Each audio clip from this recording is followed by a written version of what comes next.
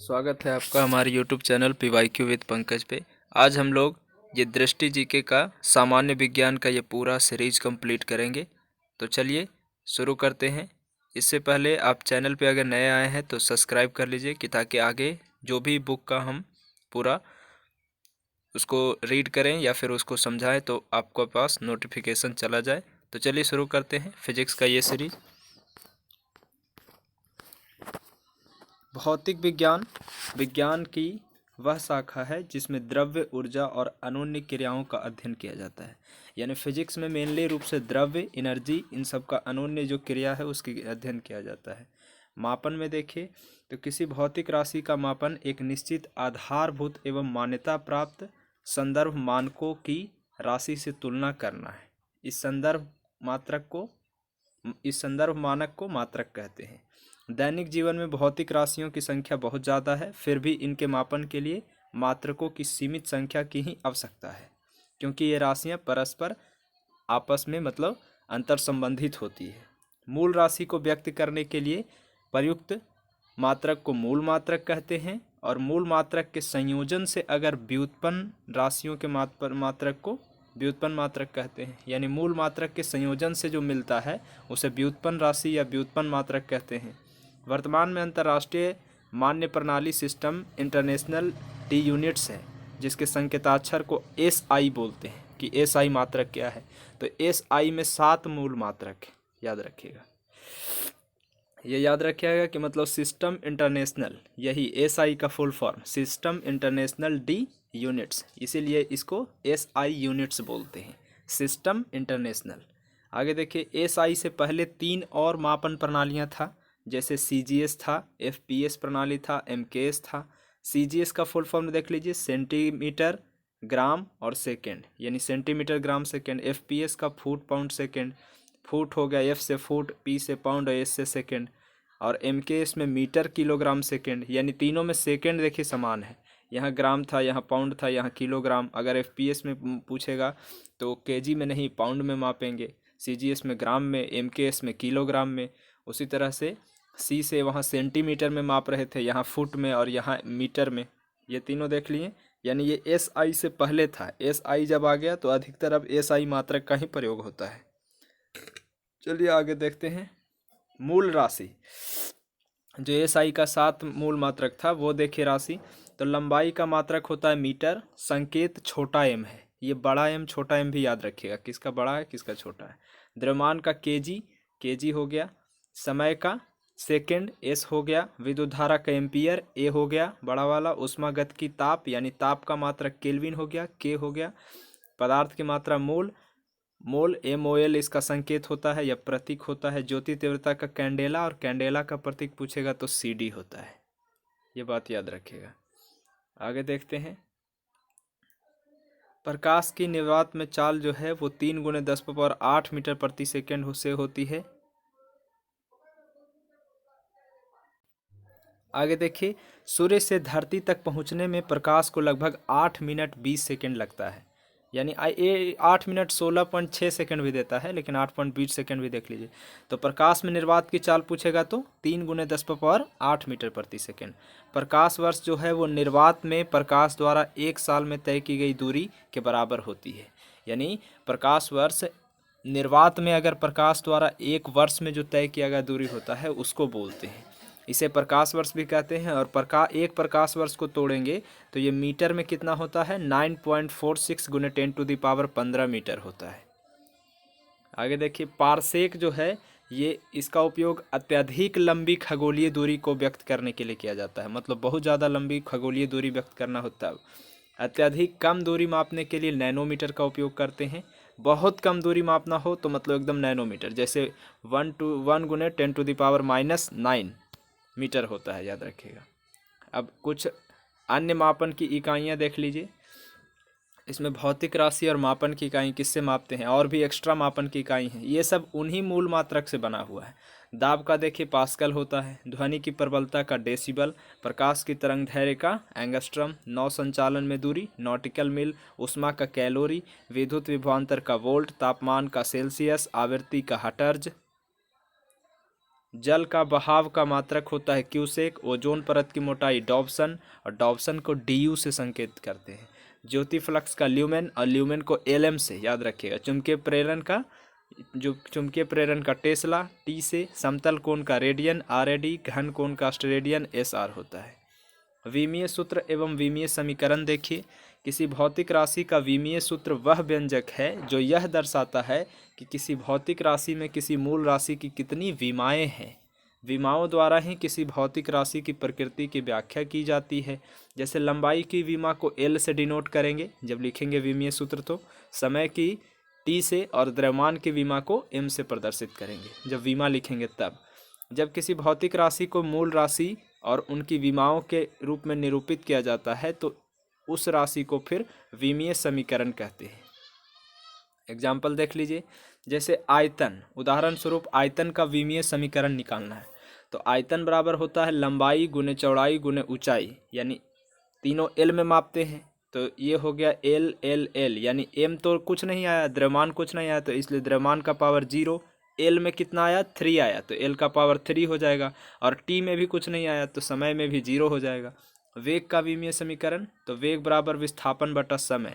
इसका भी देख लीजिए, m0 l1 t -1 होता है क्योंकि t यहाँ प्रति में था, बटा में था। त्वरण का विमीय समीकरण ये देख लीजिए है m0 l1 t -2 है। बल का विमीय समीकरण ये आपका हो गया m1 l1 t -2। अब देखिए कुछ अन्य भौतिक राशि और उनकी विमाएं, जैसे अब हम गुरुत्वीय स्थिरांक की बात करेंगे तो इसका प्रतीक है g, बड़ा वाला g। तो गुरुत्वीय स्थिरांक का अगर मात्रक पूछे तो न्यूटन मीटर स्क्वायर प्रति केजी स्क्वायर। यहाँ देखिए न्यूटन मीटर और प्रति, क्योंकि वहाँ केजी स्क्वायर बोल रहे हैं तो वो प्रति और केजी स्क्वायर हो जाएगा, या फिर न्यूटन मीटर स्क्वायर केजी -2 बोल सकते हैं।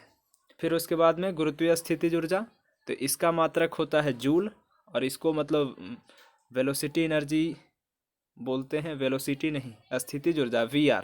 इसको विमीय सूत्र देख लीजिए, ये है ml2 t -2। गुरुत्वीय त्वरण ये छोटा g हो गया तो इसका होता है मीटर प्रति सेकेंड स्क्वायर, और l t -2 ये हो गया इसका विमीय सूत्र। पदार्थ की मात्रा का म्यू से प्रतीक है, पदार्थ की मात्रा को म्यू, और इसका विमीय सूत्र भी मोल है और ये भी मोल है। सेल्सियस ताप, इसका मात्रक होता है डिग्री सेल्सियस, और इसको के से विमीय सूत्र में दर्शाते हैं। विशिष्ट ऊष्माधारिता जूल प्रति केजी प्रति केल्विन, और इसको मतलब LT1 के -1 से दर्शाते हैं। ऊष्मा चालकता का होता है प्रतीक के, और इसको जूल प्रति सेकेंड प्रति मीटर प्रति केल्विन इस तरीके से दर्शाते हैं। आगे देखिए भौतिक राशि अब हम लोग पढ़ते हैं। किसी द्रव्य की स्थिति या उचित मात्रात्मक स्थिति या किसी परिघटना की सटीक व्याख्या के लिए जिन पदों का उपयोग करेंगे वही भौतिक राशि कहलाता है। सभी भौतिक राशि का मापन की जा सकती है और इन्हें एक संख्या द्वारा निरूपित किया जा सकता है। जितना भौतिक राशि है सभी को। अदिश राशि इसमें देखिए कौन होता है, स्केलर क्वांटिटी, और एक होता है वेक्टर क्वांटिटी। भौतिक राशि में ऐसे भौतिक राशि जिनमें केवल परिणाम हो लेकिन दिशा नहीं हो उसको अदिश राशि कहते हैं। किन्हीं दो वस्तुओं के बीच दूरी हो गया, दूरी क्या हो गया, अदिश राशि हो गया। द्रव्यमान हो गया, द्रव्यमान का कोई दिशा है नहीं है, तापमान का भी नहीं है दिशा, फिर केवल इसमें परिमाण है, इसीलिए मतलब दूरी, द्रव्यमान, तापमान, समय, चाल, विद्युत धारा, दाब, ये सब अदिश राशि में आता है।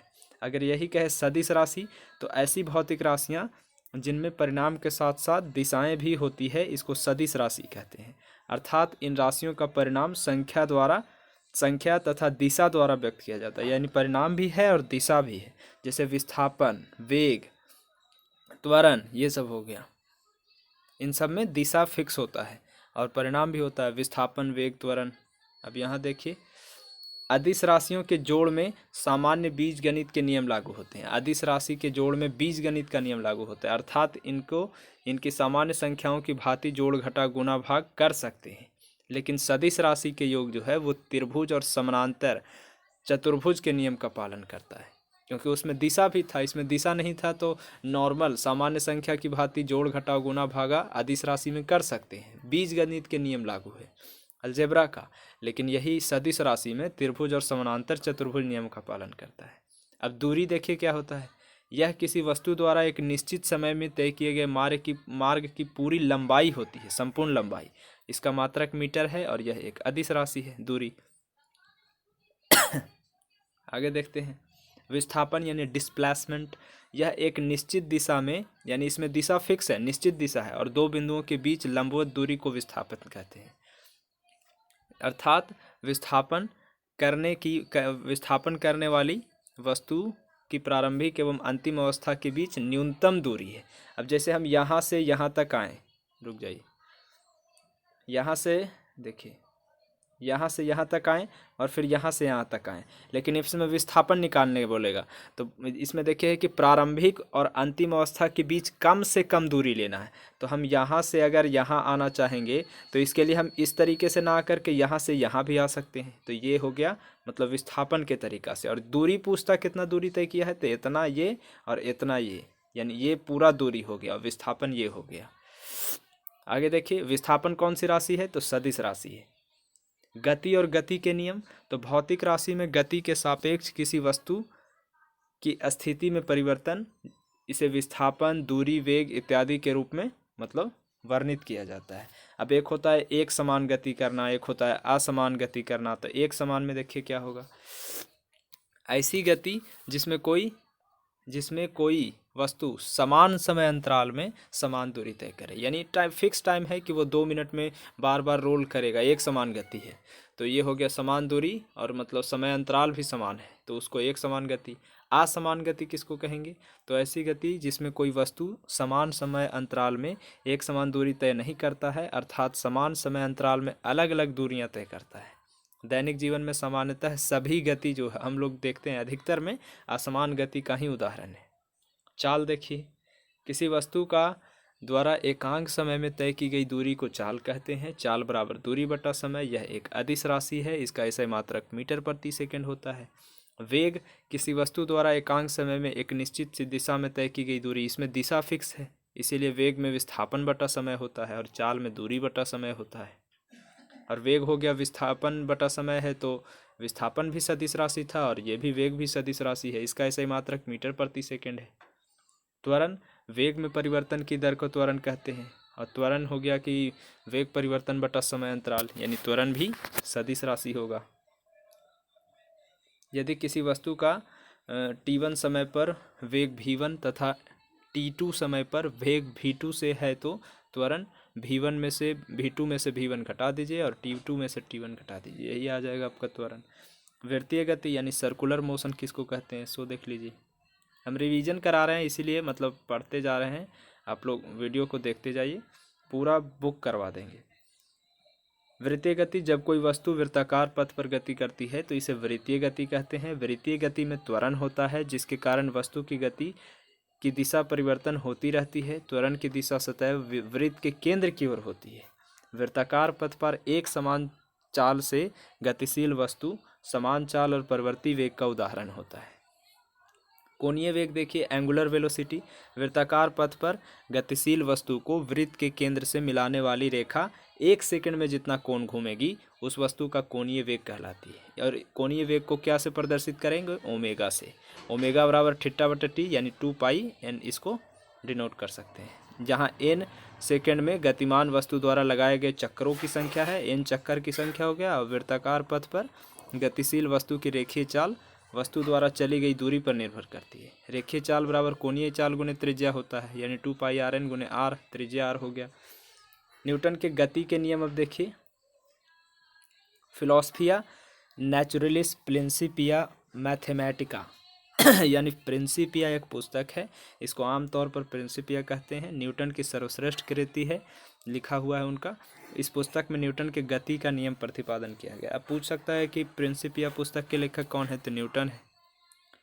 न्यूटन के गति विषयक नियम कौन सा है, तो इसमें देखते हैं, प्रथम नियम देख रहे हैं, गति विषयक का पहला नियम।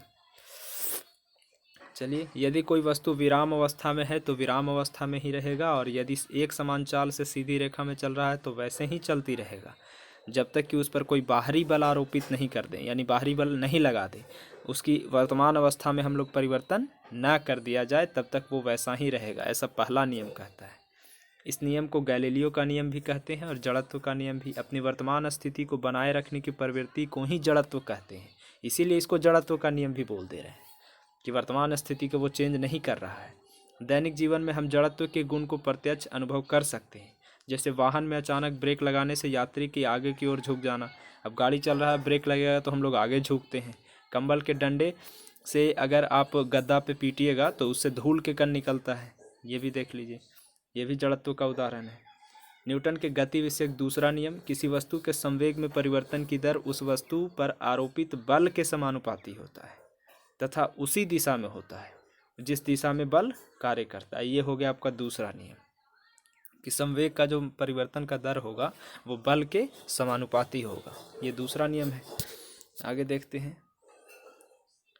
संवेग। देखिए, किसी पिंड का संवेग उसके द्रव्यमान और वेग के गुणनफल द्वारा परिभाषित होता है, यानी द्रव्यमान और वेग को गुना करेंगे तो उसी से संवेग आता है और संवेग को p द्वारा प्रदर्शित करते हैं। इसका संवेग को मोमेंटम कहते हैं, लेकिन द्वारा किसके प्रदर्शित किससे करते हैं तो p से। यदि द्रव्यमान m है और पिंड वेग भी है तो गतिशील है तो p बराबर m भी हो जाएगा, यानी द्रव्यमान गुणे वेग हो जाएगा। संवेग एक अदिश राशि है, एसआई मात्रक इसका क्या है संवेग का तो केजी मीटर प्रति सेकंड है। दैनिक जीवन में संवेग का प्रत्यक्ष अनुभव किया जा सकता है, जैसे क्रिकेट खिलाड़ियों द्वारा गेंद को पकड़ते समय गेंद की दिशा में हाथों को पीछे खींच लिया जाता है, जिसमें गेंद को रोकने में अपेक्षाकृत अधिक समय लगता है। खिलाड़ी देखते हैं कैच जब रोकता है तो अपने हाथ को मतलब थोड़ा सा कैच रोकने के वक्त थोड़ा सा पीछे खींचता है कि ताकि उसे मतलब पकड़ने में ज़्यादा कष्ट ना हो और कम चोट लगे। आगे देखिए लिखा होगा, जिससे गेंद की अपेक्षाकृत अधिक समय लगता है और खिलाड़ियों को चोट नहीं लगती। जबकि कोई नौसिखिया खिलाड़ी या नया नया खिलाड़ी रहेगा तो हाथ को एकदम स्थिर कैले रहेगा, क्या गेंदे नहीं आज हम पकड़िए ले वो और इस तरह से चोटिल हो जाता है, क्योंकि गेंद को तत्काल हेतु अत्यधिक बल आरोपित करना पड़ता है। यानी गेंद जो है रुकने के लिए उसको बहुत ज़्यादा बल मतलब आरोपित करना पड़ता है, इसीलिए चोट लगता है। आवेग देखिए, तो जब आवेग को इम्पल्स बोलते हैं, इंग्लिश देखते चलिएगा कि आवेग जब किसी पिंड पर कोई बाहरी बल बहुत कम समय के लिए कार्यरत रहकर उस पिंड के संवेग में परिवर्तन उत्पन्न करता है तो इसकी गणना आरोपित बल गुणे समय अवधि के गुणनफल में किया जाता है। यानी आवेग बराबर हो जाएगा आरोपित बल गुणे समय अवधि, आवेग बराबर बल गुणे समय अवधि। इसी को संवेग में परिवर्तन भी बोल सकते हैं। यह भी एक अदिश राशि है, आवेग भी सदिश राशि है। आवेग का मात्रक न्यूटन सेकेंड होता है।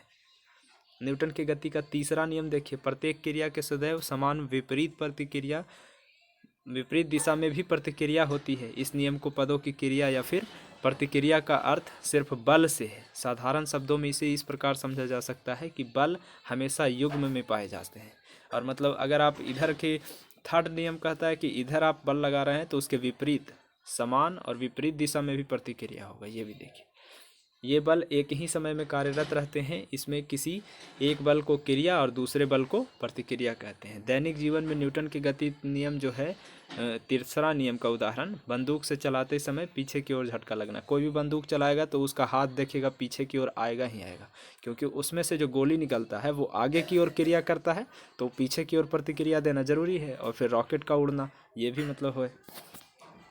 प्रकाश की गति के समतुल्य गति करने वाले कणों के संदर्भ में न्यूटन ने गति विषयक नियम प्रभावित नहीं होते। हाँ, अगर यही नियम प्रभावित, कोई भी न्यूटन का नियम प्रभावी नहीं होगा कब, जब प्रकाश की गति के समतुल्य गति करने वाले कण होगा तब। संवेग संरक्षण नियम देख लीजिए, law of conservation of momentum बोलते हैं। यदि एक या एक से अधिक वस्तु निकाय पर कोई बाहरी बल आरोपित न हो तो निकाय कुल संवेग संरक्षित नियत रहता है। यानी एक या अधिक वस्तु के निकाय पर कोई बाहरी बल आरोपित नहीं होता है तो न तो निकाय और न ही कुल संवेग संरक्षित रहता है।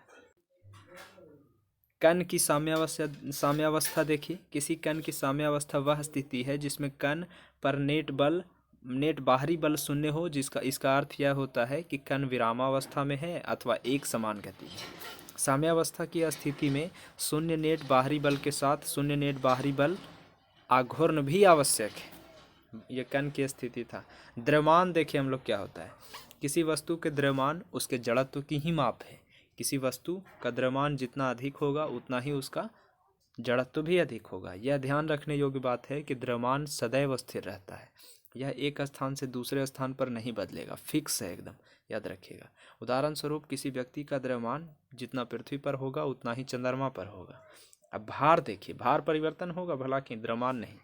पृथ्वी पर किसी वस्तु का भार वह बल है जिससे यह पृथ्वी के केंद्र की ओर आकर्षित करता है। यह बल पृथ्वी के गुरुत्वीय त्वरण यानी जी और वस्तु के द्रव्यमान यानी एम पे डिपेंड करता है। इसे इस प्रकार व्यक्त करते हैं, द्रव्यमान मतलब भार बराबर हो गया द्रव्यमान गुने गुरुत्वीय त्वरण।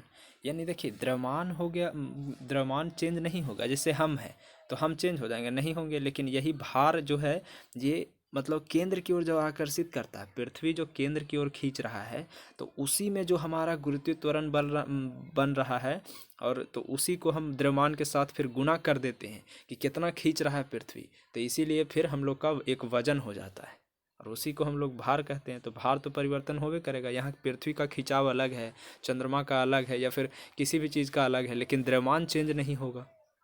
जैसे W बराबर mg यानी द्रव्यमान m और गुरुत्वीय त्वरण g, इसका ऐसा ही मात्रक न्यूटन होता है द्रव्यमान भार का। किसी वस्तु का द्रव्यमान नियत रहता है परंतु भार नियत नहीं रहेगा। अब गुरुत्व केंद्र देखिए, सेंटर ऑफ ग्रेविटी। किसी वस्तु का गुरुत्व केंद्र वह बिंदु है जहाँ पर संपूर्ण भार कार्य करता है।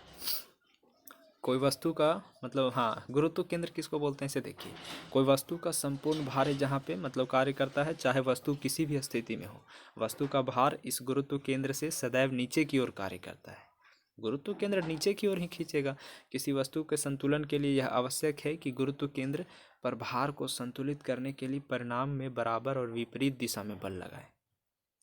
अब संतुलन कैसन कैसन होता है, तो अस्थाई होता है, अस्थाई होता है, उदासीन होता है। तीनों संतुलन देखते हैं, टाइप्स ऑफ इक्विलिब्रियम। इसमें स्टेबल होगा, अनस्टेबल होगा और न्यूट्रल होगा। तो स्टेबल किसको कहते हैं, अस्थाई।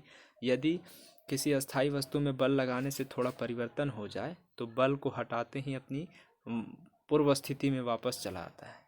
यानी जैसे किसी वस्तु पर की स्थिति में बल लगाएं, थोड़ा सा परिवर्तन हुआ, लेकिन वो बल जब हम हटा रहे हैं तो मतलब फिर से वही स्थिति में चला आएगा। इसको अस्थाई कहेंगे, नाम में ही है यार, इसको याद करने से ज़्यादा ऐसे ही समझ लीजिए।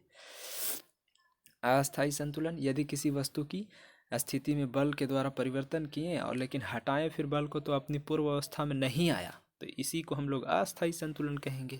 और एगो है कि उदासीन, इसमें है कि यदि किसी वस्तु के संतुलन की स्थिति में थोड़ा सा विस्थापित किए और फिर छोड़ते हैं तो फिर एगो नया स्थिति मतलब उसका संतुलित हो जा रहा है, तो इसी को उदासीन संतुलन कहेंगे। अस्थाई संतुलन बनने, अब अस्थाई कब होगा कि वो अपने जगह या पे मतलब पूर्व स्थिति में चला है, तो इसके लिए कुछ शर्त है। अस्थाई के लिए वस्तु का गुरुत्व केंद्र जितना संभव हो सके नीचे हो, तब होगा, पहला बात। दूसरा, गुरुत्व केंद्र से जो जाने वाली ऊर्ध्वाधर रेखा है वस्तु के आधार से गुजरनी चाहिए, तब वो अपना पूर्व स्थिति में आ जाएगा। आगे देखिए, दैनिक जीवन में उदाहरण, प्रसिद्ध पीसा का मीनार देखे हैं। इसको झुके होने के बावजूद भी ना गिरने का कारण यही है कि इसका गुरुत्व केंद्र से जाने वाली रेखा जो है इसके आधार से होकर गुजर जाती है, इसीलिए वो उतना झुकेल होने के बाद भी पीसा का मीनार नहीं गिरता है।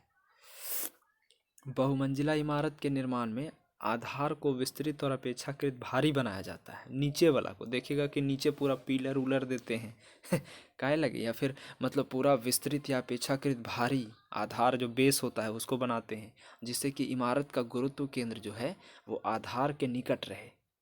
हाँ, आधार के निकट ही रहे और इस इमारत को अस्थायित्व प्रदान करता है।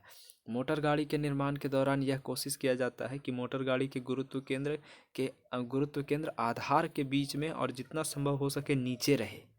हाँ, इसका भी जैसे 4 व्हीलर जो भी बनता है उसका भी इसी तरह से। अब अभी केंद्रीय बल देखते हैं, सेंट्रीपेटल फोर्स इसको बोलते हैं। जब कोई पिंड आर त्रिज्या वाले किसी वृत्ताकार पथ पर गति करता है तो पिंड पर वृत्त के केंद्र की ओर एक बल कार्य करता है, जिसे अब केंद्रीय बल कहते हैं। यानी अभिकेंद्रीय में याद रखिएगा, नाम में ही है, केंद्र की ओर काम करेगा। अभिकेंद्रीय यानी बल कहाँ लगेगा, वृत्त के केंद्र की ओर। इस बल की अनुपस्थिति में कोई पिंड वृत्तीय पथ पर गति नहीं कर सकेगा। एम द्रव्यमान के पिंड को आर त्रिज्या के वृत्ताकार मार्ग पर यू चाल से गति करने के लिए आवश्यक अभिकेंद्र बल F बराबर mv² होता है। अब अपकेंद्रीय बल, जब कोई पिंड वृत्ताकार पथ पर गति करता है तो अभिकेंद्रीय बल के विपरीत यानी बाहर की ओर अगर बल लग रहा है तब उसको अपकेंद्रीय बोलेंगे। अप माने बाहर हो सकता है भी, यह एक प्रकार का छद्म बल है, याद रखिएगा, बाहर जो लगता है, या अपकेंद्रीय बल वस्तुतः वृत्ताकार पथ पर गति करने वाले पिंड में त्वरण होता है, इसलिए इस प्रकार के बल का आभास होता है कि हाँ बल लग रहा है। बल का आभास भी होता है, जैसे कपड़ा साफ करने वाला मशीन जो आप देखिएगा, वॉशिंग मशीन बोलते हैं, तो वो अब केंद्रीय बल पे ही काम करता है। दूध के मक्खन से निकलने वाला मशीन भी अब केंद्रीय बल पर काम करता है। आपसे उदाहरण ही पूछेगा और देगा, पूछेगा कि कौन सा बल इसमें लगा हुआ है, यह डिफिनेशन इतना नहीं पूछेगा। घर्षण बल देखिए, फ्रिक्शन फोर्स इसको बोलते हैं। यह वह बल है जो संपर्क में रखे दो पृष्ठों के बीच सापेक्ष गति का विरोध करता है। दो गो सापेक्ष एक ही मतलब इस अथी पर रखा हुआ है और उसका विरोध करेगा तो वो घर्षण हो जाएगा। यह उन दोनों पृष्ठों की प्रकृति पर डिपेंड करता है जिनके बीच सापेक्षिक गति पैदा करने का प्रयत्न किया जा रहा है। यदि अब देखिए, किसी अस्थिर वस्तु में गति प्रदान करने की अपेक्षा गतिमान वस्तु को में गति बनाए रखना आसान होता है, क्योंकि अस्थिर पृष्ठों की अपेक्षा के बीच लगने वाला स्थैतिक घर्षण बल गतिशील पृष्ठों के बीच लगने वाले सर्पी घर्षण बल से ज़्यादा होता है, स्थैतिक बल। अब देखिए, दैनिक जीवन में सभी क्रियाकलापों के लिए घर्षण बल आवश्यक है।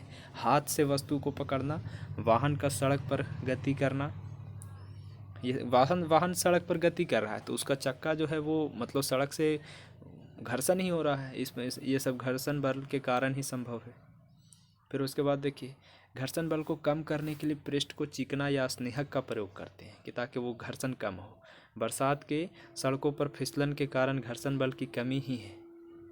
बरसात हो जाता है तो देखते हैं सड़क पे फिसलते हैं, क्योंकि सड़क से हमारे पैर का या हमारे चप्पल जो भी पहने होते हैं तो उसका मतलब घर्षण कम हो जाता है। चिकनी सतहों पर चलना ज़्यादा जोखिम हो जाता है क्योंकि घर्षण बल का अभाव हो जाता है। यही कारण है कि बर्फ़ की सतह पर चलना सड़क पर चलने की अपेक्षा ज़्यादा कठिन है, बर्फ़ पर चलना। आगे देखिए, यहाँ बल आघूर्ण, इसको टॉर्क बोलते हैं। किसी अक्ष के परितः एक बल का आघूर्ण उस बल के परिणाम तथा अक्ष से बल के क्रिया रेखा के बीच लंबवत दूरी के गुणनफल के बराबर होता है। बल आघूर्ण बराबर बल गुणे आघूर्ण भुजा है, कि बल आघूर्ण बराबर पूछे तो बल आघूर्ण बराबर बल गुणे आघूर्ण भुजा। यह एक सदिश राशि है बल आघूर्ण, इसका मात्रक न्यूटन मीटर होता है। बल आघूर्ण का किसी बल द्वारा किसी पिंड की एक निश्चित अक्ष के परितः घुमाने की प्रवृत्ति को बल आघूर्ण कहते हैं। दैनिक जीवन में बल आघूर्ण के उदाहरण देखिए, हम लोग के जीवन में मतलब बल आघूर्ण किस प्रकार से, जैसे हैंडपम्प के एक बड़े हत्थे का लगाया जाना। हैंडपम्प का एक बड़ा हत्था हम लोग लगाते हैं एकदम। अब देखिए, जितना बड़ा हत्था होगा उतना ही कम मतलब कम बल लगाने पर भी चलता है, हल्का चलेगा। अब बिल्कुल, अब चापाकल के डंडी एकदम तन्नी को रखेगा तो उसमें ज़्यादा भार लगेगा आपको चलाने में। दरवाज़ा में हत्थे के किनारे पर लगाना, हाँ, दरवाज़ा खोलने के लिए हम लोग ऊ किनारा में अगर दरवाज़ा लगल है तो उसके इस किनारे को पकड़ के खोलते हैं, और यही एकदम जहाँ पे लगल है दरवाजा उसके बगल में एकदम थोड़ा सा पकड़ के खोलिए, देखिए बहुत ज़्यादा दबाना पड़ेगा। और इस किनारे से खोलते हैं तुरंत खोल जाता है। कुम्हार के चौक में लकड़ी फंसाने वाला गड्ढा जो होता है चौक के किनारे पर होना। कुम्हार देखेगा मतलब जो बनाता है मिट्टी का कुछ खिलौना वगैरह, तो वो कुम्हार का जो अथी होगा तो जो बनाने वाला जो अथी होगा गड्ढा, वो चौक के उस किनारे एकदम किनारिया में होता है कि ताकि आसानी से कम भार बने और थोड़ा सा भी दबाए तो कोई खिलौना तैयार हो जाए और उसका गति भी नहीं रुके। अब बल युग में देखते हैं, कहाँ है कपल। बल युग में किसी वस्तु पर आरोपित परिणाम के में बराबर परंतु विपरीत दिशा में लगने वाला दो समानांतर बल को बलयुग्म कहते हैं। बलयुग्म बराबर होता है कि बल गुने बलयुग्म की भुजा। बलयुग्म का दैनिक जीवन में क्या है कि पेन का ढक्कन खोलना, ये बलयुग्म हो गया। फिर चाबी वाली घड़ी को चाबी दिया जाना, मतलब इसमें है कि आरोपित परिणाम में बराबर परंतु विपरीत दिशा में लगने वाले दो समानांतर बल को, हाँ, तो इसी को मतलब बल युग्म कह रहे हैं। अब सरल मशीन देखिए। सरल मशीन बल आघूर्ण के सिद्धांत पर कार्य करने वाली एक ऐसी युक्ति है जिसकी सहायता से सुविधाजनक बिंदु पर बल लगा करके किसी वस्तु के कार्य को किया जा सकता है। मतलब सुविधा होता है, जैसे पुल्ली यानी घिरनी, स्क्रू जैक, उत्तोलक, आनत तल, तो इस सब में हम लोग उत्तोलक का उदाहरण देखते हैं। उत्तोलक हो गया, उत्तोलक सरल मशीन का ही उदाहरण है एक। यह एक ऐसी सीधी अथवा टेढ़ी छड़ होता है जिससे किसी भी निश्चित बिंदु के परितः स्वतंत्रता पूर्वक घूर्णन के लिए स्वतंत्र हो, उत्तोलक कहते हैं। उत्तोलक में चिमटा, सरौता, कैंची ये सब आता है। अब उत्तोलक में 3 गो बिंदु होता है, एगो फलक्रम होता है, एगो आयास होता है, एगो भार होता है। यहाँ देखिए भार होगा। तो पहले फलक्रम देखते हैं, यानी आलंब, वह बिंदु जिसके चारों ओर उत्तोलक की छड़ें स्वतंत्रता पूर्वक घूर्णन कर सकेगा वो आलंब कहेंगे उसको, यानी इसी के चारों ओर जो है छड़ घूर्णन करेगा। आयास, उत्तोलक का उपयोग करने के लिए जो बल लगाएंगे उसको आयास कहेंगे। देखिए यहाँ आलंब है ना, यहीं यहीं के घूर्णन से इधर इधर ऐसे ऐसे हो रहा है, वस्तु हो रहा है ना ऐसे। और ये हो गया आयास। और ये भार। अब देखिए उत्तोलक द्वारा जिस वस्तु को उठाया जाता है या हटाया जाता है, जिस पर कार्य किया जाता है उसको भार कहते हैं। ये हो गया आपका। अब उत्तोलक 3 प्रकार के होता है प्रथम श्रेणी के। प्रथम श्रेणी, फर्स्ट श्रेणी में वो आएगा जिसमें आलंब बीच में होना चाहिए, जैसे वो था। जैसे कैंची हो गया, कैंची के बीच में देखिएगा वो नट रहता है, चाहे कुछ भी रहेगा जो जो घूमता है। हाँ, सिड़ासी हो गया, हिंडोला हो गया, झूला पंप हो गया, झूला हो गया, या हैंड पंप हो गया। हैंड पंप जो हाथ से चलाने वाला चापाकल है, तो बीच में नट खोसल रहता है ना ऊपर में, वहाँ पे हैंडल और वो मतलब चापाकल के बीच में वो हैंड पंप हो गया। यानी आलंब बीच में होना जरूरी है प्रथम श्रेणी में। और इसमें लाभ हमेशा क्या होगा, 1 से अधिक या 1 से कम भी हो सकता है, यानी इसमें 1 से ज़्यादा भी हो सकता है, 1 से कम भी हो सकता है लाभ। दूसरा श्रेणी के उत्तोलक देख लीजिए। दूसरा श्रेणी में भार बीच में होगा, शक्ति और आलंब के बीच में होता है। दूसरा में कौन बीच में है, भार बीच में है। जैसे सरौता, या फिर एक पहिया वाला गाड़ी, या फिर नींबू निचोड़ने वाला मशीन। नींबू निचोड़ने वाला मशीन देख रहे हैं, उसमें नींबू को बीच में डाल देते हैं और एने से दबा देते हैं, तो भार वहाँ पे कहाँ पे है, भार बीच में था, लग रहा है। इसका यांत्रिक जो है लाभ 1 से हमेशा ज़्यादा होगा, याद रखिएगा। पहला में था कि 1 से ज़्यादा भी 1 से कम भी लाभ, और दूसरा में हमेशा 1 से ज़्यादा और अगला बार हमेशा 1 से कम। तीसरा देख लीजिए, इसमें शक्ति, आलंब और भार के बीच में, यानी अब शक्ति पावर बीच में रहता है, आलंब और भार किनारे। इसमें जो है वो लाभ हमेशा 1 से कम होगा। अब स्टेपलर, हम लोग जो पिन मारते हैं, स्टेपलर, चिमटा, मनुष्य का हाथ, ये सब आता है किसमें, तो तीसरा श्रेणी में। अब हम लोग देखेंगे कार्य, ऊर्जा एवं शक्ति। इसमें कार्य देखिए, किसी वस्तु पर लगाए गए बल या बल की दिशा में विस्थापन के गुणनफल को कार्य कहते हैं। यह एक अदिश राशि है और इसका ऐसे मात्रक जूल होता है। कार्य जो है वो बल गुने विस्थापन, कार्य बराबर। उपयुक्त सूत्र से यह स्पष्ट है कि विस्थापन शून्य हो तो क्रिया किया गया कार्य शून्य होगा, बल की मात्रा चाहे जितनी हो। यही कारण है कि सिर पर बोझ लेकर खड़े व्यक्ति द्वारा किया गया कार्य भौतिक विज्ञान की दृष्टि से शून्य होता है। हाँ, यदि बल यदि बल और विस्थापन के बीच 0 डिग्री का कोण बनता है तो कार्य क्या हो जाएगा, F S cos theta. Theta कोण मतलब थीटा डिग्री का कोण बनता है, वो थीटा था, 0 नहीं। यदि बल और विस्थापन के बीच थीटा डिग्री का कोण बनता है तो कार्य क्या हो जाएगा, डब्ल्यू बराबर एफ कॉस थीटा और गुना डी, यानी विस्थापन, यानी बल गुने विस्थापन, इसी को बोल रहा है।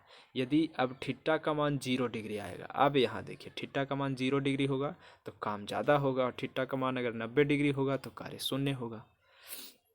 अब देखिए ये व्यक्ति लेके बोझ यहाँ पे खड़ा है, तो ये जो है 90 डिग्री बना दे रहा है, इसीलिए इसका कोई काम नहीं हो रहा है। 0 डिग्री होगा तो सबसे ज़्यादा काम होगा, क्योंकि कॉस 0 का मान, कॉस का मान यहाँ रख रहे हैं थीटा में, तो कॉस 0 का मान 1 होता है, इसलिए अधिकतम यही हो जाएगा कॉस 0 का मान, और कॉस 90 रख देंगे तो कार्य शून्य हो जाता है। आगे देखिए एनर्जी। एनर्जी कार्य करने की क्षमता को ऊर्जा कहते हैं। कार्य करने की क्षमता को ऊर्जा कहते हैं, ये डिफिनेशन याद रखिएगा।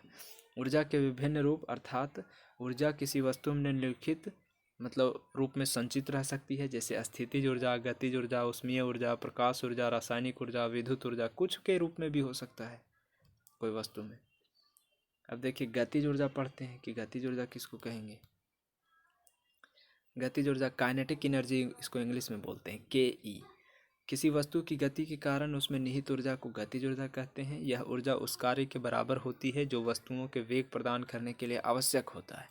m द्रव्यमान की वस्तु v वेग है तो गतिज ऊर्जा हाफ mv² होगा, यानी द्रव्यमान इसमें m था, आधा द्रव्यमान है और v² है। उपयुक्त सूत्र से आसानी से समझा जा सकता है कि गतिमान पिंडों की गतिज ऊर्जा उसके द्रव्यमान के समानुपाती होता है। द्रव्यमान के ही समानुपाती है, देखिए यहाँ पे हाफ m है, अब m यहाँ पे जितना रहेगा उसी का समानुपाती होगा।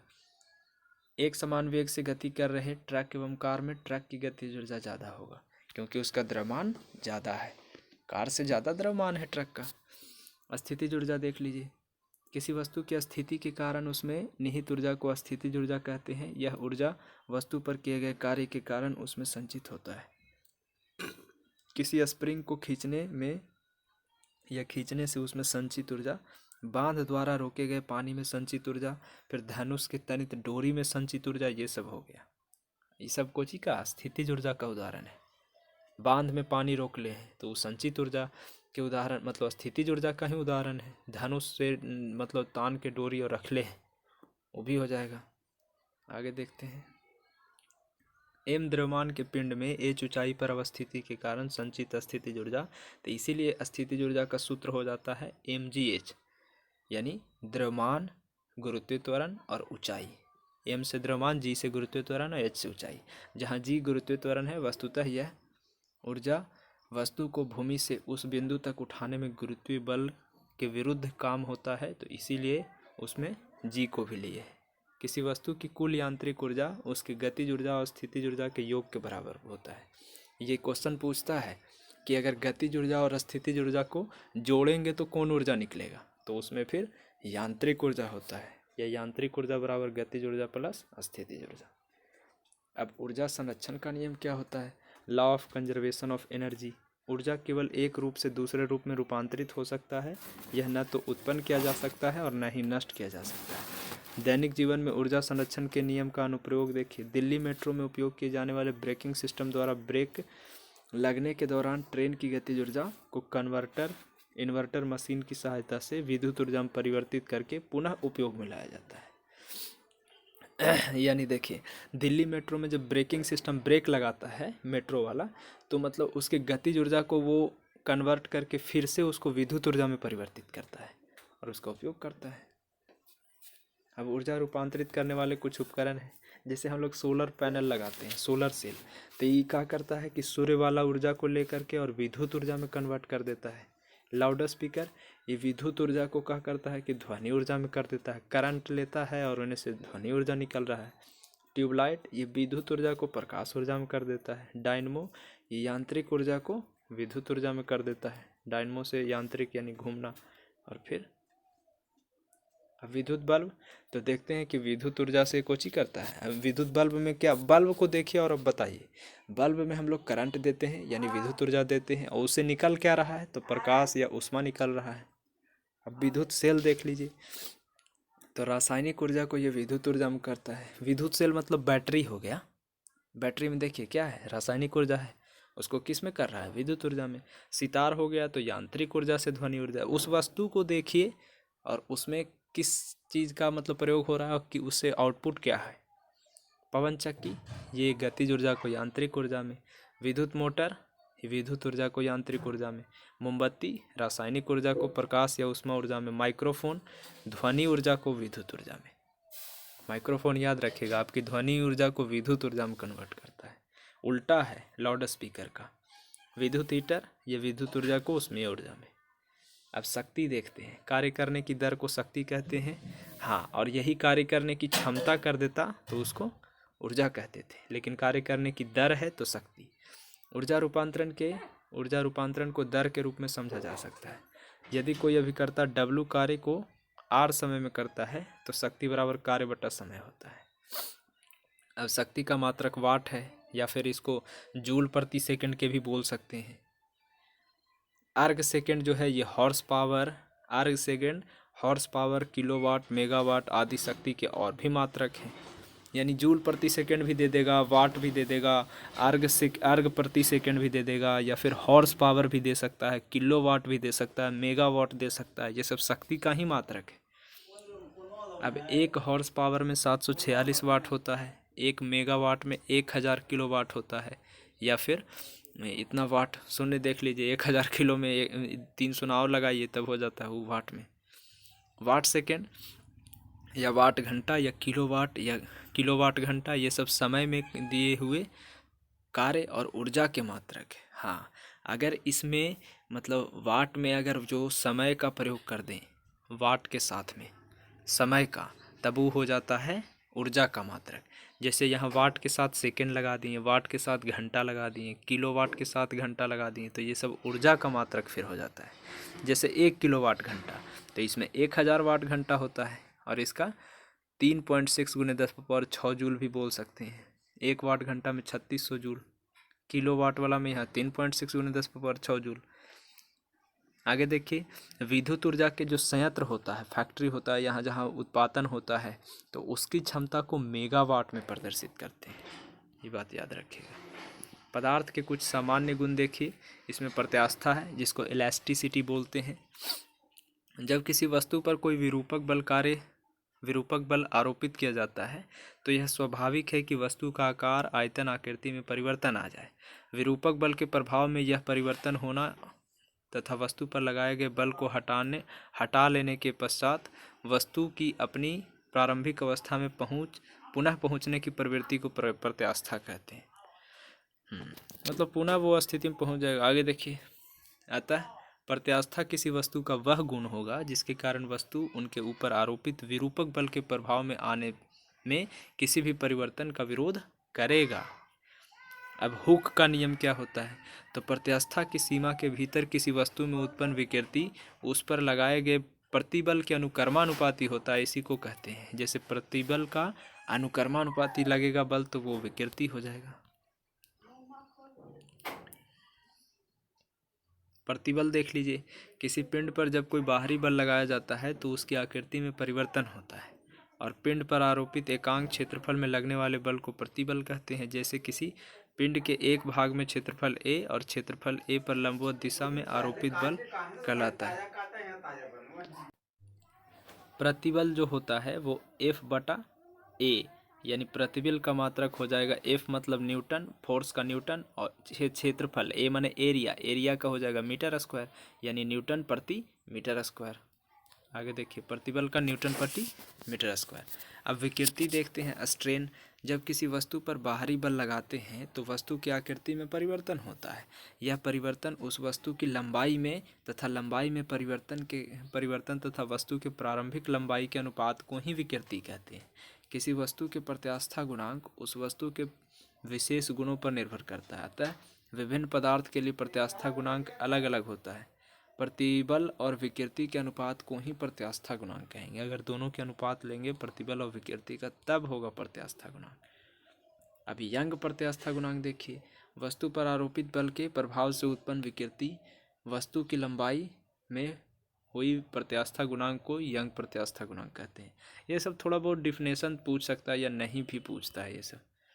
अब आयतन प्रत्यास्था गुणांक, यदि वस्तु पर आरोपित बल के प्रभाव से उत्पन्न हुई विकृति वस्तु के आयतन में हुई प्रत्यास्था गुणांक को आयतन प्रत्यास्था गुणांक, आयतन रहना चाहिए तब आयतन में परिवर्तन होगा, तब है ना आयतन प्रत्यास्था गुणांक। द्रव्यमान दाब, जिसको प्रेशर कहते हैं, तो प्रति एकांक क्षेत्रफल पर लगने वाले बल को दाब कहते हैं। दाब बराबर बल बटा क्षेत्रफल होता है, यानी F/A। उपयुक्त दाब और बल के संबंध में यह स्पष्ट हो जाता है कि क्षेत्रफल जितना बड़ा होगा दाब उतने कम लगेगा। इसमें देख लीजिए कि मतलब क्षेत्रफल अगर बड़ा होगा तो दाब उतना कम लगेगा। आप सुने होंगे कि मतलब दलदल भूमि में कोई फंसता है तो उसको लेटने की मतलब सलाह दिया जाता है कि आप लेट जाइए, वहाँ पे खड़ा नहीं रहिए, क्योंकि खड़ा रहने से आपका पूरा भार आपके मात्र पैर के जितना ही क्षेत्रफल में दबाव पड़ रहा है, और लेटने से आपका क्षेत्रफल बढ़ जाएगा, तो वो आप दाब कम हो जाएगा। दाब कम होगा तो दलदल भूमि में आप नहीं जाइएगा, अंदर नहीं धंसिएगा। दाब का मात्रक देखिए न्यूटन प्रति मीटर स्क्वायर होता है, जिसे पास्कल भी कहा जाता है। यह एक अदिश राशि है। इसमें हम थोड़ा सा ज़्यादा एक्सप्लेन इसलिए नहीं कर रहे हैं किसी बात का कि ताकि आपका टाइम ज़्यादा वेस्ट नहीं हो, हम आपको मतलब कंप्लीट करवाना है। दाब का मात्रक न्यूटन प्रति मीटर भी हो गया और पास्कल भी हो गया, याद रखिएगा। दाब अदिश राशि है। द्रव में लगने वाला दाब, द्रव का दाब द्रव की गहराई पर डिपेंड करता है। इसका आशय यह है कि जो बिंदु द्रव की सतह से जितना दूर और द्रव की तली को जितना नज़दीक होगा उस पर उतना ही दबाव अधिक होगा। द्रव के अणु तरल माध्यम में गति करते हैं। इस गति के दौरान अणु जिस बर्तन में द्रव में रखा जाता है उस दीवारों से टकराते हैं, जिससे बर्तन की दीवारों पर एक बल लगता है। बर्तन की दीवार और बर्तन की सतह के प्रति इकांक क्षेत्रफल में लगने वाले बल को द्रव का दाब कहते हैं। अब पास्कल का नियम देखिए। पास्कल के अनुसार यदि द्रव के में स्थित सभी बिंदु पर एक ही ऊंचाई पर स्थित हो तो अस्थिर अवस्था में सभी बिंदु पर लगने वाला दाब एक समान होगा। हाँ, सगरों एक समान मतलब दाब लगेगा। पास्कल के नियम के दूसरे कथन के अनुसार यदि किसी बंद बर्तन में द्रव पर कोई बाहरी बल नहीं लगाते हैं तो द्रव द्वारा आरोपित बल सभी दिशाओं में समान रूप से वितरित कर देता है।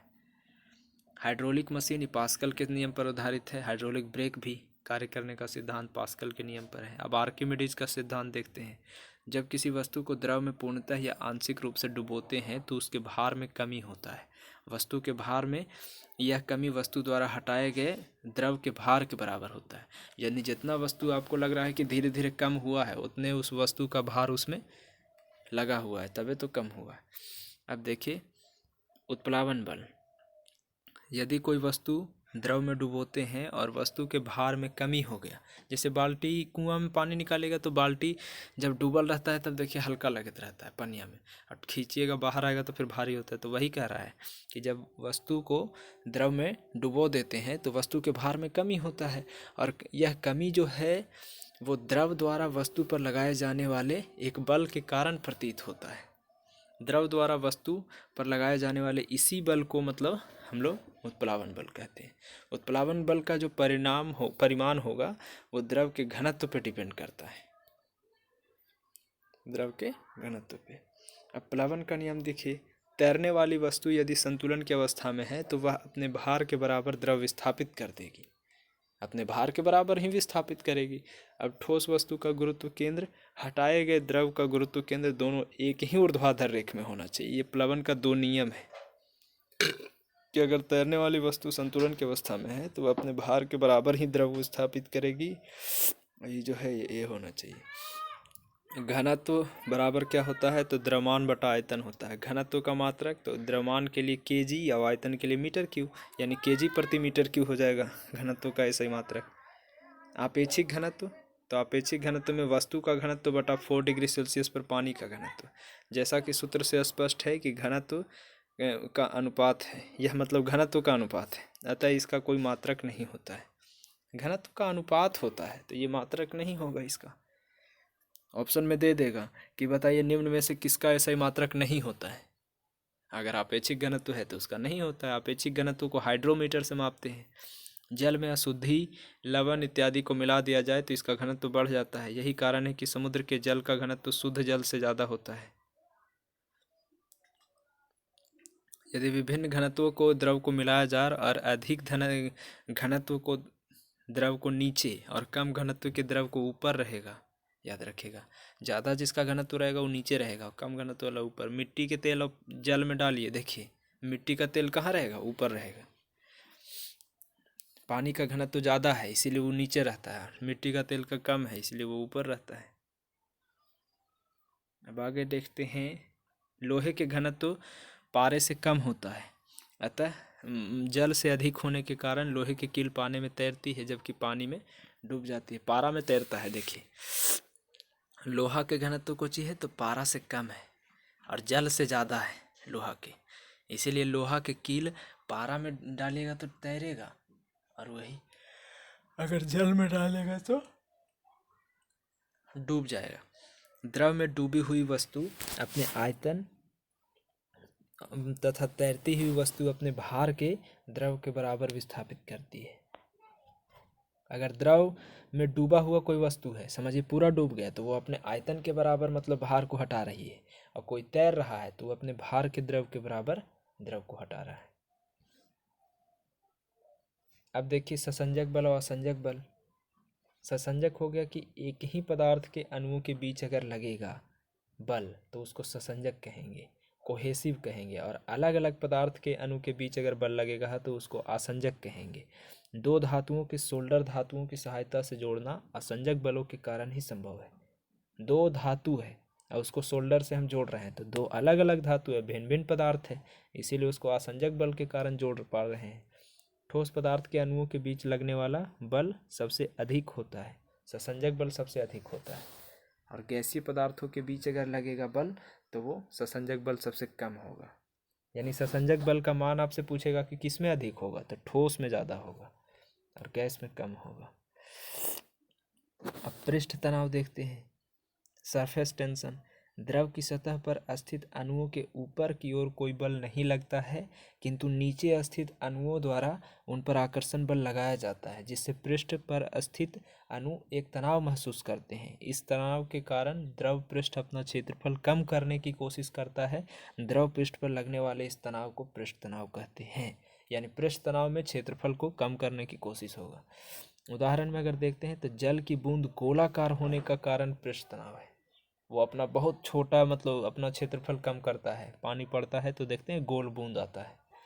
कपड़े की सफाई या प्रयुक्त साबुन डिटर्जेंट जो है वो जल के पृष्ठ तनाव को कम कर देता है। आगे देखिए, छोटे छोटे कीट जैसे मच्छर हो गया, वाटर स्ट्राइड्स हो गया, जल की सतह पर चलता है। क्यों? क्योंकि इन कीटों का भार इतना नहीं होता है कि ये जल के पृष्ठ तनाव को प्रभावहीन कर पृष्ठ के अंदर प्रवेश कर सके। सोच लीजिए, अंदर इतना कम उसका भार है कि मतलब वो जल के पृष्ठ तनाव के प्रभावहीन करके पृष्ठ के अंदर प्रवेश कर सके। इसीलिए सुई कम भार वाली का जल की सतह पर तैरना। आगे देखते हैं केशिकत्व। हाँ, केशिकत्व के उदाहरण अब देखिए। केशिकत्व में द्रव के ऊपर चढ़ने वाले और नीचे उतरने वाले घटना को केशिकत्व कहेंगे। यानी केशनली में अगर द्रव ऊपर चढ़ेगा नीचे उतरेगा, इसी को केशिकत्व कहेंगे यार। केशिकत्व जो है, केशिकत्व को जल से भरे बर्तन में रखते हैं। जल ऊपर की ओर अगर चढ़ेगा और पारा से भरे बर्तन में रखेंगे तो पारा नीचे की ओर खिसकेगा। जल और पारा में यही अंतर हो गया। दैनिक जीवन में केशिकत्व कैसे? तो लैंप के बत्ती में अगर केरोसिन तेल ऊपर जा रहा है, हम लोग ललटेन जलाते हैं, तो मान लीजिए ललटेन जलाइएगा तो कैसे उसमें तेल ऊपर की ओर बढ़ रहा है, तो ये केशिकत्व के कारण। अच्छा, पेड़ पौधा के जड़िया तर हम लोग जल डालते हैं तो वो धीरे धीरे फुतुंगिया तक कैसे जाता है? फुतुंगिया मतलब शीर्ष तक के, तना एवं शाखा तक कब जाता है? केशिकत्व के कारण। बारिश होता है तो किसान अपन खेत की जुताई कर देता है, और जुताई के खेत से जो केशनली होता है वो टूट जाता है और जल ऊपर नहीं आ पाता है, खेत में नमी बना रहता है। अब देख लीजिए श्यानता। तो जब द्रव की विभिन्न परतों के बीच गति होती है और उन परतों के बीच एक घर्षण बल कार्य करता है, जो परतों की अपेक्षिक गति का विरोध करता है। परत के बीच लगने वाले इस बल को श्यान बल कहते हैं। द्रव का वह गुण जिसके चलते अपनी विभिन्न परतों के बीच होने वाले अपेक्षिक गति का विरोध करता है, उसे श्यानता कहते हैं। ठोस पदार्थों में श्यानता का गुण नहीं पाया जाता है। द्रव जितना गाढ़ा होगा उसकी परतों के बीच उतनी ही अधिक श्यानता होगा। ताप के बढ़ने पर द्रव में श्यानता क्या हो जाएगा? घटेगा। और गैस में श्यानता होती है किंतु बहुत ही कम मात्रा में होती है। यानी श्यानता केवल द्रव और गैस का गुण है, ठोस का गुण नहीं है। ठोस में श्यानता होवे नहीं करेगा। अब सीमांत वेग देख लीजिए। जब कोई वस्तु गुरुत्वाकर्षण के प्रभाव में नीचे गिरती है तो आरंभ में उसका वेग बढ़ता है। अगर गिरेगा नीचे से, मतलब गुरुत्वाकर्षण के प्रभाव में नीचे गिरेगा तब शुरू में बढ़ता है, परंतु कुछ समय के बाद एक नियत वेग से गति करने लगती है। इसी नियत वेग को सीमांत वेग कहते हैं। जैसे बहुत ऊंचाई से हम कुछ गिराएं तो शुरू में बहुत तेजी से गिरेगा, लेकिन फिर उसके बाद में एक नियत वेग हो जाता है, तो उसी को सीमांत वेग। धारा रेखीय प्रवाह, द्रव का ऐसा प्रवाह जिसमें द्रव का कोई कण उस निश्चित बिंदु से गुजरता है जिससे उससे पहले वाला कण गुजरा था। इसमें किसी निश्चित बिंदु पर ही कण की चाल और दिशा नियत बनी रहती है। क्रांतिक वेग देख लीजिए। यह निश्चित वेग है जिससे कम वेग होने पर द्रव के प्रवाह धारा रेखीय हो जाएगा और अधिक होगा तो क्रांतिक हो जाएगा। याद रखिएगा, ये एक फिक्स वेग है जिससे अगर कम हो जाएगा, क्रांतिक वेग से अगर कम वेग है तो समझिए वो धारा रेखीय है, और अगर अधिक है तो धारा रेखीय नहीं रह पाएगा, वो क्रांतिक वेग हो गया। अविरतता का सिद्धांत, प्रिंसिपल ऑफ कंटिन्यूटी। यदि कोई आदर्श द्रव आदर्श द्रव का मतलब पहले समझिए। आदर्श द्रव से आशय है कि ऐसे द्रव्य जो असंपीड्य और अशयान हो। हाँ, तो यदि किसी आदर्श द्रव किसी नली से प्रवाहित हो रहा है तो द्रव का वेग और नली की अनुप्रस्थ काट के क्षेत्रफल के गुणनफल के बराबर होता है। गुणनफल के बराबर मतलब गुणनफल एक नियतांक होता है, इसीलिए ए गुने वी इक्वल टू नियतांक। अब बर्नौली सिद्धांत देख लीजिए, थ्योरम प्रमेय। यदि कोई आदर्श द्रव्य धारा रेखीय प्रवाह से किसी नली से होकर प्रवाहित होता है और मार्ग के प्रत्येक बिंदु पर दाब ऊर्जा, गतिज ऊर्जा, स्थितिज ऊर्जा का योग एक नियतांक होता है, तो दाब ऊर्जा प्लस गतिज ऊर्जा प्लस स्थिरांक, स्थितिज ऊर्जा इक्वल टू स्थिरांक। बर्नौली प्रमेय के दैनिक जीवन में कुछ उदाहरण है, जैसे जब प्लेटफार्म पर ट्रेन रुकता है तो प्लेटफार्म के किनारे पेड़, पत्ते अथवा अन्य कागज के टुकड़े उड़ने लगते हैं। ऐसा होने का वजह यह है कि जब ट्रेन प्लेटफार्म पर आती है तो वस्तु और गाड़ी के बीच दाब कम हो जाता है, जिससे वस्तुएं गाड़ी के खिंचाव की ओर महसूस करती है। हाँ, तूफान के समय छत से टीन उड़ जाना। हाँ, तूफान आता था छत से टीन, क्योंकि दाब कम हो जाता है ना, इसीलिए दोनों वस्तु के बीच, और वो खींचता है, उसको लगता है कि खिंचाव हो गया उसकी तरफ। अच्छा, समुद्र के पास समानांतर चल रहे दो जलयानों का टकरा जाना, ये भी मतलब उसी का उदाहरण है। वायुयानों का उड़ पाना, ये भी बर्नौली प्रमेय का उदाहरण है। वायुयान उड़ता है, या फिर समुद्र के पास समानांतर चल रहे दो जलयान टकराने लगते हैं, तो ये भी। अब केपलर नियम देख लीजिए। केपलर ने सूर्य के चारों ओर गति करने वाले ग्रहों के लिए 3 नियम दिया था। प्रथम नियम मतलब ये क्या है कि सूर्य के चारों ओर जो ग्रह गति करता है, इसका 3 नियम है। पहला नियम में कक्षा का नियम देखिए, यह सभी ग्रहों मतलब सभी ग्रह, प्रथम नियम जो कक्षा का नियम है उसमें कह रहा है कि सभी ग्रह सूर्य के चारों ओर दीर्घवृत्ताकार कक्षा में परिक्रमा करते हैं तथा कक्षाओं की एक फोकस पर सूर्य स्थित होता है, यानी सूर्य बीच में रहता है और ग्रह जो है चारों ओर घूमता है। ये पहला नियम। दूसरा नियम में क्षेत्रफलीय चाल का नियम, ये 90 में है, ई वाला बतिया याद रखिएगा। जैसे प्रथम नियम में कौन नियम था? कक्षा का नियम, तो ये कक्षा में गति कर रहा था ग्रह। दूसरा में कोची है तो क्षेत्रफलीय चाल है, तो इसमें क्षेत्रफलीय चाल नियत होगा। देखिए, प्रथम चाल से ज्ञात है कि कक्षाओं के एक फोकस पर सूर्य स्थित होता है और किसी भी ग्रह को सूर्य से मिलाने वाली रेखा समान समय में समान क्षेत्रफल तय करता है, इसीलिए इसको क्षेत्रफलीय चाल कहते हैं। हाँ, अतः SDC ऐसे भी ये सब अथी है। केपलर का दूसरा नियम जो है वो कोणीय संवेग संरक्षण नियम पर आधारित है। पूछ दे सकता है कि कोणीय संवेग संरक्षण नियम पर कौन आधारित है केपलर का, तो दूसरा नियम है। अब तीसरा नियम हो गया परिक्रमण काल पर। दूसरा क्षेत्रफलीय था, पहला खाली कक्षा के नियम पर था, और दूसरा क्षेत्रफलीय और तीसरा परिक्रमण काल। किसी भी ग्रह के चारों ओर परिक्रमण काल क्या हो गया कि सूर्य के चारों ओर चक्कर लगाने का समय। तो वही देखिए, किसी ग्रह का जो सूर्य के चारों ओर परिक्रमण काल होता है उसका वर्ग ग्रह के दीर्घवृत्ताकार कक्षा के अर्ध दीर्घ अक्ष के तीसरे घात के समानुपाती होता है, यानी T यहाँ स्क्वायर है और समानुपाती RQ है, याद रखिए। जो ग्रह सूर्य से जितना दूरी पर होगा उसका परिक्रमण काल उतना ही ज़्यादा होगा। अब जैसे सूर्य यहाँ पे है और बुध ग्रह यहाँ पे होता है और वरुण ग्रह यहाँ पे है, तो इसका तो देखिए ऐसे ही घूमेगा तो इसका परिक्रमण काल तो ज़्यादा होगा, ई ऐसे घूम जाएगा तो इसका कम होगा, और जो जितना समीप होगा उसका परिक्रमण काल उतना ही कम होगा। अब गुरुत्वाकर्षण हम लोग देखें। गुरुत्वाकर्षण देखिए, तो गुरुत्वाकर्षण बारे में, ब्रह्मांड में स्थित प्रत्येक पिंड एक दूसरे पर अपने द्रव्यमान के कारण परस्पर आकर्षण बल आरोपित करते हैं और दो पिंडों के बीच लगने वाले इसी आकर्षण बल को गुरुत्वाकर्षण कहते हैं। यदि इन दो पिंडों में एक पृथ्वी हो तो पृथ्वी द्वारा आरोपित आकर्षण बल गुरुत्व बल कहलाता है, यानी पृथ्वी जो लगा रहा है आरोपित बल वो उसी को गुरुत्वाकर्षण बल कहेंगे, दो अथी के पिंड के बीच में लगता है। केपलर के नियम के अनुसार केपलर के नियम का उपयोग करके न्यूटन ने गुरुत्वाकर्षण के सार्वभौमिक नियम का सिद्धांत को प्रस्तुत किया था।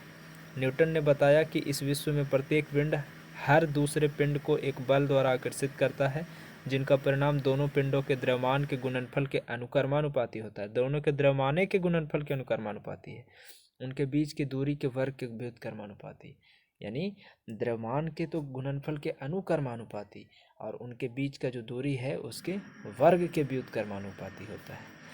गणितीय रूप में इसको अगर लिखते हैं तो यही देखिए लग रहा है, जिसमें जी हो गया मतलब सार्वत्रिक गुरुत्वाकर्षण नियतांक, और m1 m2 द्रव्यमान हो गया, और r हो गया सो r स्क्वायर हो गया। r हो गया उनके बीच की दूरी, यहाँ पे बोला था ना कि दूरी के वर्ग के व्युत्क्रमानुपाती, तो वर्ग दूरी का वर्ग यानी r स्क्वायर, व्युत्क्रमानुपाती यानी बटा में। देख लीजिए, ये हो गया बल का परिणाम, सार्वत्रिक गुरुत्वाकर्षण नियम, पहला पिंड दूसरा पिंड उनके बीच की दूरी, m1 m2 बटा r स्क्वायर, जी नियतांक हो जाता है। गुरुत्वाकर्षणीय नियतांक देखिए, जी का मान फिक्स होता है गुरुत्वाकर्षण के सार्वत्रिक नियम, जिसमें जी जो है वो नियतांक है, इसके मान का प्रयोग कितना होता है तो 6.67 गुने 10⁻⁻11 न्यूटन मीटर स्क्वायर प्रति kg स्क्वायर, ये निकाला गया है। पृथ्वी का गुरुत्वीय त्वरण देख लीजिए, गुरुत्वीय त्वरण यानी छोटका जी के मान कैसे निकलता है, तो जी हो गया बड़का जी, और एम ई यानी पृथ्वी का द्रव्यमान, यानी बड़का जी के मान में अगर पृथ्वी का द्रव्यमान गुना करते हैं, ये वाला पृथ्वी का द्रव्यमान गुना करते हैं, और बटा आर यानी पृथ्वी के त्रिज्या से भागा देते हैं, यानी पृथ्वी का यहाँ द्रव्यमान था और यहाँ त्रिज्या, पृथ्वी का त्रिज्या, इससे भागा देते हैं तो आ जाएगा आपका पृथ्वी का गुरुत्वीय त्वरण। और इसका मान जब गणना करते हैं तो 9.8 मीटर प्रति सेकेंड आता है, ये आप निकाल भी सकते हैं। अब बड़का जी के मान आपको मालूम है कि 6.67 होता है गुने 10⁻⁻11, और गुना पृथ्वी का द्रव्यमान आपको मालूम है कि 6 गुना 10 पर पावर कितना होता है 24, और बटा में पृथ्वी की त्रिज्या रख दीजिए यहाँ पे, और फिर इसको हल कीजिएगा तो आएगा कितना 9.8 मीटर प्रति सेकेंड स्क्वायर। आगे देखिए, पृथ्वी का गुरुत्वीय त्वरण कहते हैं, ये तो देख लिया आप, ध्यान रहे कि यह मान पृथ्वी के पृष्ठ पर है, पृथ्वी से ऊपर या नीचे जाएंगे तो गुरुत्वीय त्वरण का मान बदल जाएगा। इस प्रकार के बदलाव को हम दो भागों में बांट करके अध्ययन कर सकते हैं। यानी पृथ्वी का बताया है, पृथ्वी के पृष्ठ से अगर ऊपर जाएंगे तो चूंकि पृथ्वी के पृष्ठ से ऊपर अर्थात पिंड की पृथ्वी से दूरी पृथ्वी की त्रिज्या से अधिक होगा। यदि पिंड पृथ्वी के पृष्ठ से h ऊंचाई पर है तो इसका फिर फॉर्मूला इससे आप निकालिए। हाँ, लेकिन इसमें याद रखिएगा कि ऊपर जा रहे हैं पृथ्वी के पृष्ठ से ऊपर, तो जी का मान स्पष्ट है कि थोड़ा सा और कम जाएगा, और पृथ्वी के पृष्ठ से अगर नीचे जा रहे हैं तो जी का मान थोड़ा सा बढ़ेगा। देख लीजिए, देखते हैं, हम केंद्र की ओर बढ़ते हैं, प्रभावी त्रिज्या और प्रभावी द्रव्यमान कम होता रहता है। गुरुत्वीय त्वरण भी पृथ्वी के केंद्र पर जाते जाते गुरुत्वीय त्वरण का लगभग शून्य हो जाता है। यह जानना रुचिकर होगा कि कोई भी पिंड पृथ्वी से चाहे ऊपर जाए या पृथ्वी से चाहे जितनी भी अधिकतम दूरी पर स्थित हो, कोई भी पिंड पृथ्वी से चाहे जितनी भी अधिकतम दूरी पर हो, पृथ्वी द्वारा लगाया गया गुरुत्वाकर्षण बल कभी शून्य नहीं होगा। गुरुत्वीय त्वरण से संबंधित कुछ महत्वपूर्ण तथ्य, जैसे जब कोई वस्तु ऊंचाई से मुक्त रूप से अगर गिराते हैं तो गिरते समय वस्तु का वेग जो है वो गुरुत्वीय त्वरण के कारण बढ़ता जाता है, न कि वस्तु के द्रव्यमान के कारण। गुरुत्वीय त्वरण के कारण उसका वेग बढ़ रहा होता है, याद रखिएगा, द्रव्यमान के कारण नहीं। एक ही समय पर स्वतंत्र रूप से गिराई गई दो भिन्न भिन्न द्रव्यमान की वस्तु एक साथ धरती के तल को स्पर्श करेगा कब, यदि वे समान ऊंचाई से गिराई जाए, और चूंकि पृथ्वी पर हवा का घर्षण गिरती हुई वस्तु की चाल को प्रभावित करता है, अतः व्यवहारिक रूप से ऐसा संभव नहीं है, लेकिन निर्वात में ऐसा संभव है क्योंकि हवा का घर्षण शून्य होगा। यानी निर्वात में गिराएंगे तो चाहे वस्तु भारी रहे या हल्का रहे, एक ही समय पर पहुंचेगा, अलग अलग द्रव्यमान के होगा फिर देखिए, पृथ्वी के तल पर अलग अलग जगह पर गुरुत्वीय त्वरण का मान अलग अलग होगा। ऐसा पृथ्वी का अपने अक्षीय घूर्णन एवं विशिष्ट आकार के कारण होता है। ध्रुवों पर गुरुत्वीय त्वरण का मान अधिकतम होता है क्योंकि ध्रुव पर पृथ्वी की त्रिज्या विषुवत वृत्त के अपेक्षा कम होती है, अर्थात घूर्णन का प्रभाव भी न्यूनतम होता है। यानी ध्रुव पर याद रखिएगा गुरुत्वीय त्वरण का मान ज़्यादा, विषुवत रेखा पर कम। विषुवत रेखा पर गुरुत्वीय त्वरण का मान निम्नतम होता है क्योंकि त्रिज्या का अधिकतम एवं घूर्णन का प्रभाव भी अधिकतम होता है। अब पलायन वेग हम लोग देखते हैं, एस्केप वेलोसिटी क्या होता है। किसी वस्तु को अगर ऊपर फेंकें और वो पृथ्वी पर अगर वापस नहीं आए तो इसी को कहते हैं कि पलायन कर गया। यानी किसी वस्तु को ऊपर फेंकने और पृथ्वी के गुरुत्वाकर्षण के कारण यह पृथ्वी पर लौट आता है।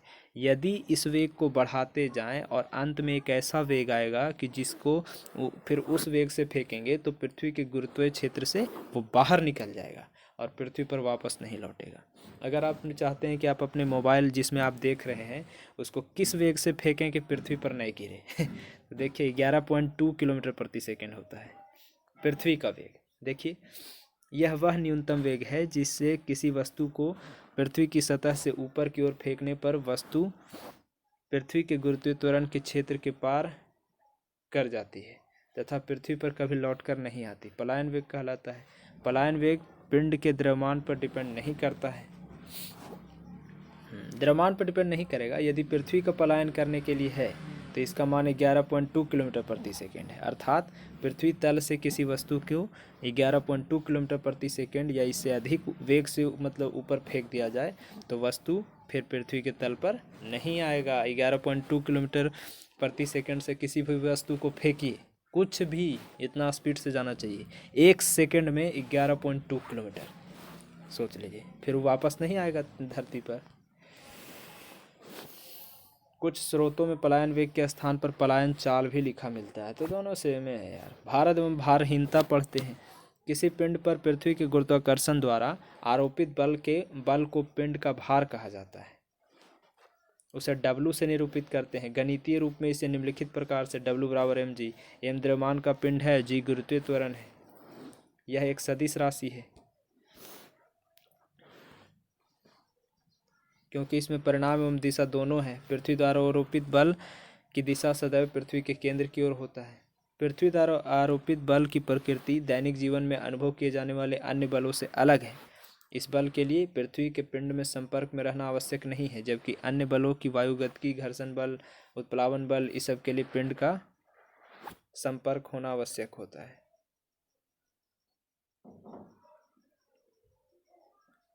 गुरुत्वाकर्षण बल तो अलग है ही है।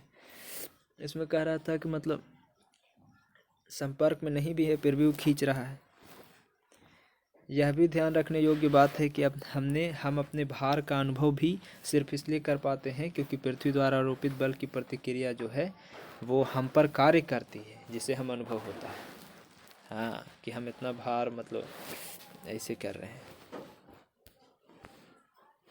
अंतरिक्ष में अंतरिक्ष यात्री को भारहीनता के कारण भी प्रतिक्रिया का बल का मान शून्य होता है, क्योंकि अंतरिक्ष यात्री दोनों एक समान त्वरण से पृथ्वी पर गिरते हैं। हाँ, लिफ्ट में भार देखिए, एगो लिफ्ट दे चढ़े हैं ना, चाहे APR चाहे कोई मॉल में, तो देखिए क्या होता है लिफ्ट में। लिफ्ट अगर त्वरित गति से अगर ऊपर जा रही है तो व्यक्ति का अपना भार ऐसे है ये है और अधिक भार अनुभव होगा, मतलब अपना भार अधिक अनुभव होगा अगर ऊपर चढ़ रहा है तब, क्योंकि प्रतिक्रिया बल बढ़ जाएगा। और अगर नीचे आ रही है तो उसका भार कम अनुभव होगा क्योंकि प्रतिक्रिया बल कम हो जाएगा। उपग्रह देखिए, कोई ऐसा पिंड जो ग्रह के चारों ओर घूमे, यानी ग्रह अगर चारों ओर घूमता है किसका, तो सूर्य के, लेकिन उपग्रह किसके चारों ओर घूमता है, तो ग्रह के। उपग्रह के चारों, यहाँ उपग्रह, ये उपग्रह हो गया, ये ग्रह के चारों ओर घूम रहा है तो उसी को उपग्रह कहेंगे। चंद्रमा जो है पृथ्वी का प्राकृतिक उपग्रह है। वहीं आज मानव ने अपनी विभिन्न आवश्यकताओं की पूर्ति के लिए कई अन्य कृत्रिम उपग्रहों का भी प्रक्षेपण किया है। भू अस्थिर उपग्रह देख लीजिए, जियो स्टेशनरी सैटेलाइट, ऐसे कृत्रिम उपग्रह जिनका परिक्रमण काल पृथ्वी के घूर्णन काल के बराबर होता है, जिससे ये पृथ्वी के सापेक्ष अस्थिर बने रहते हैं। हाँ, पृथ्वी नियन वहाँ पर अस्थिर बना रहता है। ये उपग्रह अपनी कक्षा में पश्चिम से पूर्व दिशा की ओर परिक्रमा करते हैं और ये उपग्रह पृथ्वी तल से लगभग 36,000 किलोमीटर की ऊंचाई पर स्थायित्व कर देते हैं। यानी जियो स्टेशनरी उपग्रह में हो गया ना कि पृथ्वी जैसन कोई उपग्रह को हम लोग अगर 36,000 किलोमीटर से ज़्यादा ऊंचाई पर ले जा करके और पश्चिम से पूरब की ओर घूर्णन करती हुई कर देंगे तो वही हो गया। आगे देखिए, उपग्रह का कक्षीय वेग, कोई सैटेलाइट ऊपर में हम लगा दिए तो उसका कक्षीय वेग देखिए, उपग्रह का कक्षीय वेग इस बात पर डिपेंड करेगा कि उपग्रह पृथ्वी से कितना ऊंचाई पर है, और उपग्रह की ऊंचाई पृथ्वी तल से जितना ज़्यादा होगा उसका वेग उतना ही कम होगा, यानी जितने दूर ऊंचा होगा उतने वो कम होगा वेग उसका। उपग्रह का चाल द्रव्यमान पर डिपेंड नहीं करता है, याद रखिएगा। उपग्रह का परिक्रमण काल अब देखते हैं। किसी उपग्रह द्वारा अपनी कक्षा में पृथ्वी के एक चक्कर लगाने में जितना समय लेता है उसी को परिक्रमण काल कहेंगे। उपग्रह किसका चक्कर लगाएगा? पृथ्वी का। सैटेलाइट है तो मतलब वो तो हम लोग है लगाए हैं। पृथ्वी की परिक्रमा कर रहा उपग्रह पृथ्वी पर इसलिए नहीं गिरता क्योंकि पृथ्वी का आकर्षण बल पृथ्वी की कक्षा में आवश्यक गति के लिए त्वरण प्रदान करता है। अब आवर्ती गति कुछ होता है, तो अब पीरियोडिक मोशन, जब कोई पिंड एक निश्चित पथ पर निश्चित समय अंतराल, टाइम एक अंतराल फिक्स है और बार बार अपनी गति को दोहरा रहा है, तो पिंड की गति जो पिंड द्वारा जो गति कर रहा है वो आवर्ती गति कहलाएगा। आवर्ती गति में झूला झूलते हुए एक बच्चे की गति, घड़ी के सुइयों की गति एकदम बराबर टिक टिक टिक टिक कर रहा है उतना ही टाइम अंतराल में, सूर्य के चारों ओर पृथ्वी की गति, ये सब कौन सा गति हो गया? आवर्ती। दोलन अथवा कंपन एगो होता है, जब कोई वस्तु माध्य स्थिति के इधर उधर गति करती है तो उसके दोलन गति कहते हैं, माध्य स्थिति से इधर उधर। एक सरल लोलक होता है, सरल लोलक यहाँ के बाद वही ना है, हाँ। सिंपल पेंडुलम होता है, किसी छोटे तथा भारी पिंड को एक पतले धागा से बांध दिए, कोई छोटा या भारी पिंड को एक पतला धागा से बांध दिए और उसको मजबूत आधार से लटका देने पर सरल लोलक कहलाता है। सरल लोलक अपनी माध्य स्थिति के दोनों ओर गति करने के लिए स्वतंत्र होता है। घड़ी में भी देखिएगा कि मतलब कोई ऐसे घंटा तरह इधर से इधर मतलब घड़ी होते रहता है, डंटी वाला में हथी वाला में देखिएगा। आयाम देखिए, एम्पलीट्यूड। लोलक अपनी माध्य स्थिति के दोनों ओर, यानी माध्य स्थिति यानी साम्यावस्था के दोनों ओर अधिकतम विस्थापन को आयाम कहते हैं। लोलक का आवर्तकाल, सरक लोलक द्वारा एक दोलन पूरा करने में लगा समय लोलक का आवर्तकाल हो गया। सरल लोलक का आवर्तकाल ये है आपका, इसको पढ़ लीजिएगा। डोरी की प्रभावी लंबाई L है और G हो गया नीचे 2π√L/G, L/G लोलक की आवृत्ति है। लोलक की आवृत्ति देखिए, आवर्त गति करने वाले लोलक द्वारा 1 सेकंड में किए गए दोलनों की संख्या को लोलक की आवृत्ति कहते हैं। T समानुपाती √L, अर्थात लोलक की लंबाई बढ़ाने पर आवर्तकाल भी बढ़ जाएगा, यानी T समानुपाती, समय समानुपाती होता है लंबाई के, यानी T समानुपाती √L, यानी लोलक की लंबाई बढ़ाएंगे तो आवर्तकाल भी बढ़ेगा। आवर्तकाल का सूत्र द्रव्यमान से स्वतंत्र है, द्रव्यमान पे मतलब डिपेंड नहीं करता, अतः लोलक के द्रव्यमान पर डिपेंड नहीं करता है। उदाहरण के तौर पर झूला झूलने वाला बच्चा झूले पर खड़ा हो जाता है तो इसका झूला का गुरुत्व केंद्र ऊपर उठ जाता है, झूले की प्रभावी लंबाई घट जाती है, झूले का आवर्तकाल भी घट जाएगा, झूला जल्दी जल्दी दोलन करने लगता है। ऐसा लोलक जिसका आवर्तकाल 2 सेकंड ही हो सेकंड लोलक कहलाता है, याद रखिएगा। ऐसा लोलक मतलब जिसका मतलब आवर्तकाल 2 सेकंड का होगा वो सेकंड लोलक। T यानी समय जो है L/√G, अर्थात गुरुत्वीय त्वरण बढ़ने पर आवर्तकाल घटेगा, यानी गुरुत्वीय त्वरण बढ़ेगा तो आवर्तकाल घटेगा। यहाँ देखिए दोनों में विपरीत है, तो गुरुत्वीय त्वरण बढ़ाएंगे G का मान तो यहाँ आवर्तकाल कुछ ही होगा, घटेगा, और गुरुत्वीय त्वरण अगर घटाएंगे तो आवर्तकाल बढ़ेगा। यही कारण है कि चंद्रमा पर लोलक घड़ी का आवर्तकाल बढ़ जाता है, क्योंकि वहाँ G का मान पृथ्वी के G के मान का 1/6 है, यानी G के मान से आवर्तकाल पर प्रभाव पड़ता है।